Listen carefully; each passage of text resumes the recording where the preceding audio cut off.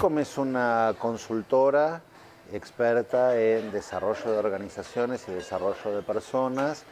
y utilizando una serie de herramientas técnicas que nosotros tenemos y fuimos desarrollando, lo que hacemos es acompañarlas a unas y otras, a las organizaciones y a las personas, a que encuentren su mejor versión. Esto tiene distintos formatos porque depende mucho de cada necesidad de cada empresa y de cada contexto en la que cada organización se desenvuelve.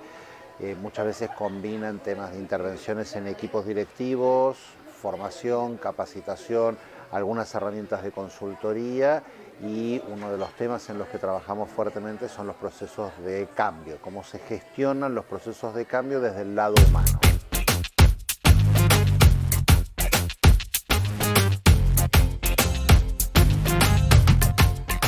Yo creo que podríamos organizarlas en tres grandes líneas que son un poco convergentes porque todas hablan de las personas. La primera tiene que ver con el desarrollo que implica ser cada vez mejores, cada vez más senior para poder resolver los desafíos que las organizaciones están planteando hoy en día, y fuertemente orientado a los temas soft. Digo los temas soft porque hay bastante coincidencia y cada vez más en que los líderes de hoy en día y los líderes del futuro deben poder manejar toda la parte de comunicación, motivación, formación de equipos. La otra es justamente formación de equipos. Uno de los desafíos es que hablar de formación de equipos es bastante habitual y hay bastante escrito y mucho discurso al respecto, pero cuando uno va a la vida concreta de las organizaciones hay una brecha entre lo que los equipos deberían ser y los que terminan siendo, y ahí nosotros colaboramos fuertemente para que eso vaya evolucionando. Y la tercera son los procesos de gestión de cambio, que es cómo se logra que las personas se animen a abandonar su zona de confort, aunque sea por conocida, no necesariamente por placentera, y puedan acompañar los procesos de cambio que las organizaciones están implementando actualmente.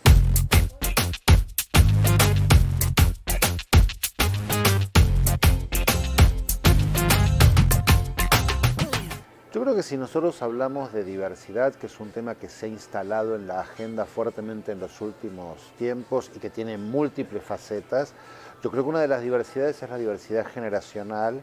y donde el mensaje que nosotros planteamos es que no hay una generación correcta y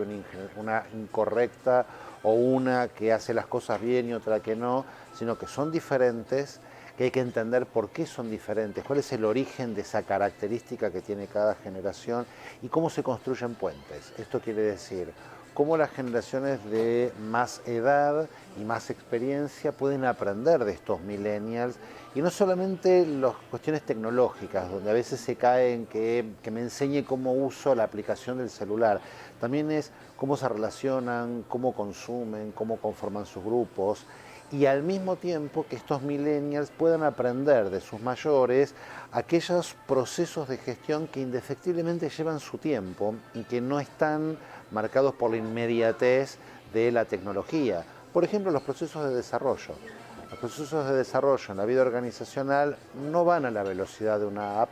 llevan más tiempo, y eso es un proceso que los millennials también tienen que entender cómo funcionan para poder aprovecharse.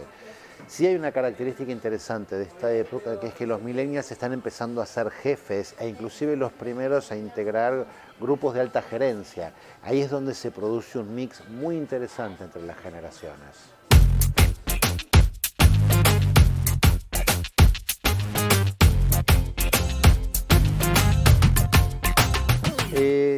Nosotros vemos que hay una literatura que en general está más orientada a nivel global de las conductas de los millennials, que quizás en Latinoamérica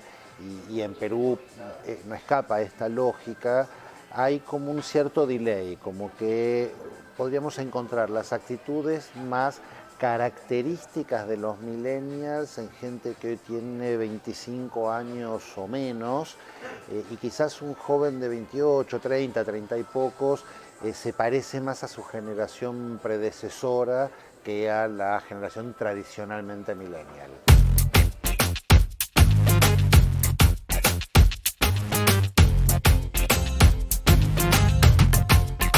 Yo creo que hay dos o tres componentes que los líderes de hoy y del mañana tienen que ir desarrollando, además de los tradicionales. Los tradicionales es fuertemente el conocimiento del negocio y de la comunidad o el ecosistema en la que la empresa se desenvuelve, sin dudas. Creo que además es necesario que tengan un mindset tecnológico que, insisto, no es solamente el conocimiento de la última aplicación o de la última plataforma, sino entender cómo funciona la lógica digital, entender cómo funcionan los procesos de cambio para poder activarlos y liderarlos, y por último, un muy fuerte componente de orientación a las personas, que es un factor que las empresas y los millennials y los managers en general están siendo cada vez más requeridos para poder gestionar las organizaciones.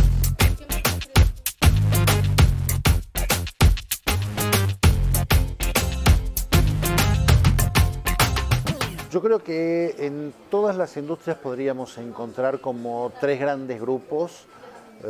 Algunas son las pioneras, que son aquellas que ven el escenario del futuro con anticipación y además reaccionan en función de eso, y por eso van encabezando los procesos. Un gran grupo de seguidoras de esas pioneras que van tomando noticias, saben que lo tienen que hacer, y algunas más tarde y otras más temprano van empezando a activarlas. Y hay algunas quizás más reacias y que además, si les está yendo económicamente bien en el corto plazo, su planteo es ¿para qué debería cambiar si las cosas están razonablemente bien? Y yo creo que el problema es que justamente ese es el momento donde hay que empezar a cambiar. Creo que eso se da en todas las industrias. Sí podríamos pensar que hay algunas industrias que están un poquito más avanzadas, como puede ser retail, sin duda el área de tecnología, el área de banca. Quizás son las industrias en las que podemos mirar mejores prácticas más instaladas que sirvan de referencia para que las demás industrias puedan benchmarkear.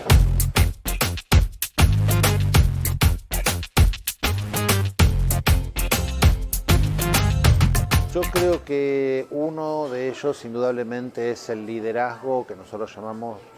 2.0, que es no el modelo tradicional de liderazgo, sino estas nuevas características que los líderes tienen que tener, que rompen un poco con los modelos tradicionales de ese líder vertical, omnipotente, que todo lo sabía. Estamos hablando de un líder mucho más amable, mucho más próximo e inclusive que pueda mostrarse vulnerable. Entonces creo que hay que trabajar sobre esos nuevos modelos de liderazgo. Creo que hay que poder trabajar en la gestión del desarrollo, que no es solamente la capacitación, es todo aquel dispositivo o actividad que permita que una persona sea cada vez más senior en su disciplina. Y creo que la otra capacitación justamente es en la gestión de los procesos de cambio, cuáles son las reacciones que las personas solemos tener y cómo se entienden por un lado y se gestionan por el otro.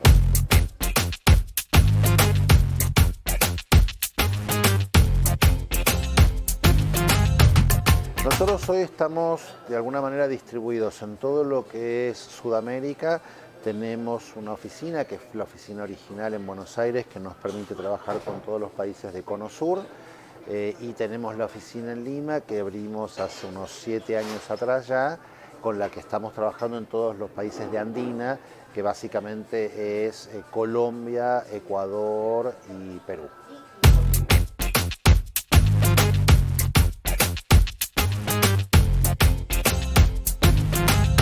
Mira, por hoy voy a citar la frase de un gurú del mundo del management que a mí me enseñó mucho, como a tantos otros, que se llamaba Peter Drucker,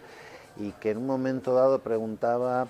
¿qué pasa si yo invierto en el desarrollo de mi gente y mi gente se va? Y esa es una pregunta que aparece todo el tiempo con el tema de los millennials. Y él, en una respuesta que a mí me parece brillante, dijo: lo que deberías preguntarte es ¿qué pasa si no los desarrollas y se quedan? Entonces me parece que el desarrollo es algo inevitable,